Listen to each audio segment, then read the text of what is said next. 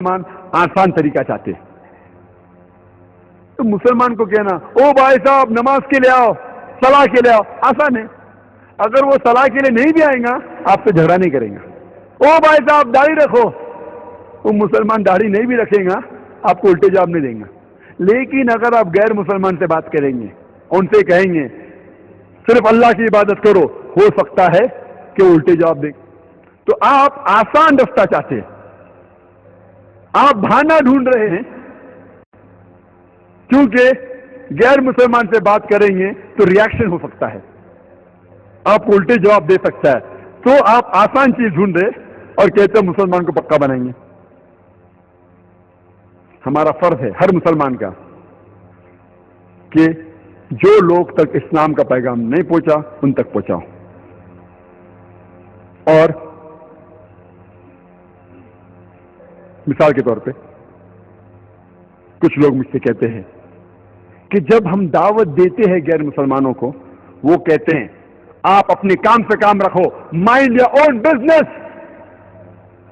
تو دین is a sensitive issue, religion is a sensitive issue.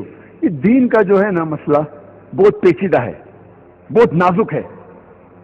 تو جب ہم دین کی بات کرتے ہیں کسی سے، وہ کہتے ہیں آپ اپنے کام سے کام رکھو.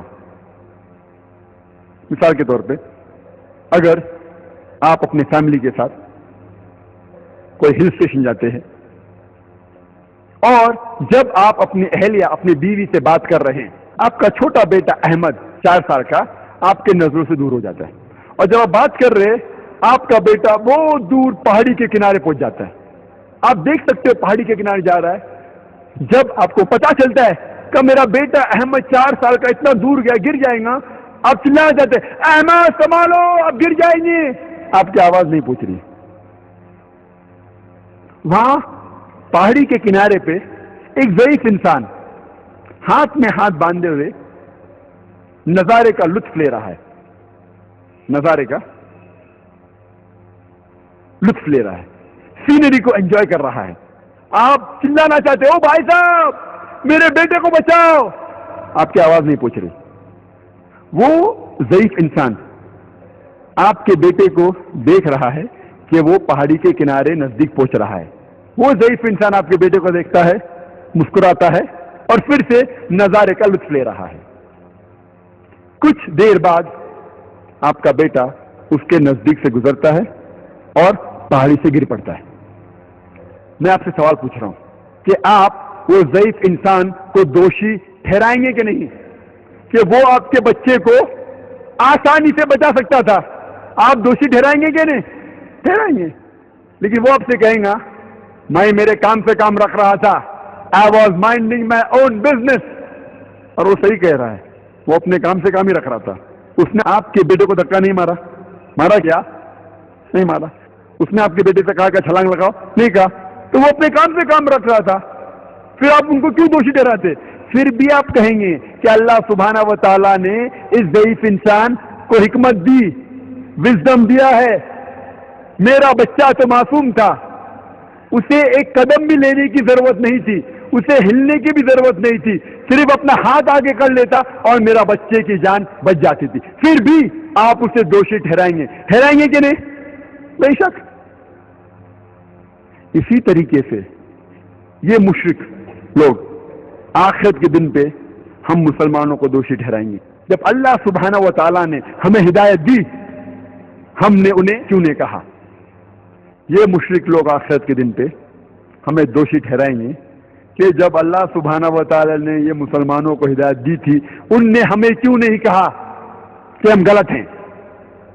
اگر آپ کا پڑوسی مشرک ہے، آپ نے اسے دعوت نہیں دی اسلام کی اور وہ مشرک جیسا مر جاتا ہے، آخرت کے دن پہ اللہ سبحانہ و تعالیٰ مشرک سے پوچھیں گے آپ نے اسلام کیوں نہیں قبول کی؟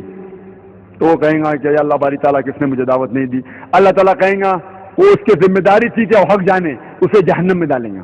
اللہ تعالیٰ آپ سے پوچھیں گے کہ آپ نے اپنے مشرک پڑوسی کو دعوت دی اسلام کی؟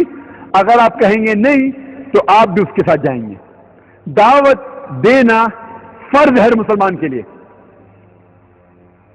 فرض ہے.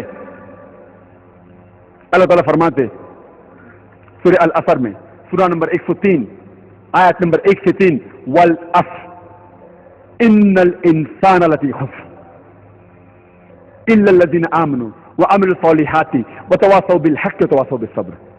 اللہ تعالیٰ زمانے کی قسم کھاتے ہیں، وقت کی قسم کھا رہے ہیں اور کہتے ہیں انسان خسارے میں ہیں.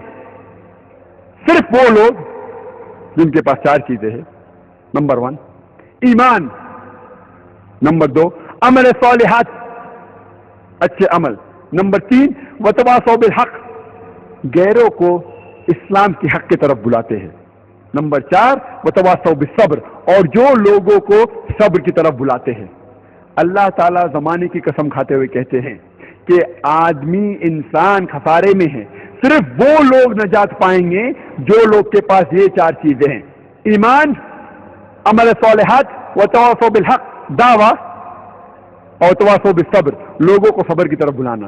اگر ان میں سے ایک بھی چیز مسنگ ہوں گی، ایک بھی چیز غائب ہوں گی تو آپ جنت میں نہیں جائیں گے.